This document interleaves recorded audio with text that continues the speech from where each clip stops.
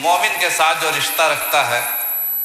حدیث میں آتا ہے کہ آپس میں اتنا گہرا رشتہ ہونا چاہیے، اتنا گہرا رشتہ ہونا چاہیے،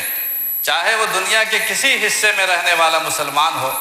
کہ جیسے جسم کے ایک ٹکڑے پر تکلیف پہنچتی ہے تو جسم کا پورا حصہ تکلیف سے لرز اٹھتا ہے۔ اگر کسی ایک مسلم بھائی پر تکلیف پہنچے، اسے کوئی مصیبت آئے، اسے کوئی تکلیف ہو، تو ہم سب پوری جماعت کو اس تکلیف کا احساس ہو۔